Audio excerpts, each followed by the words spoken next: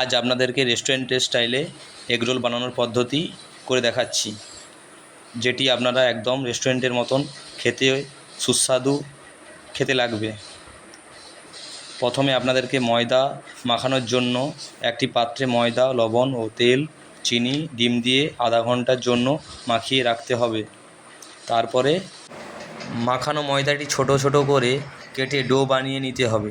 তারপরে ডোটিকে একবার বেলে নিয়ে ওপরে ময়দা ছড়িয়ে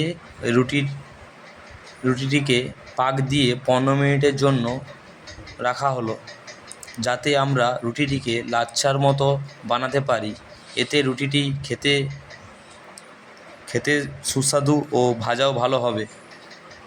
তারপরে ডোটিকে আবার বেলে রুটিটি ভেজে তার উপরে একটি গোটা ডিম ফেটে ভালো করে ভেজে নিতে হবে। তারপর এটিকে নামিয়ে শসা, পেঁয়াজ ও গাজর কুচি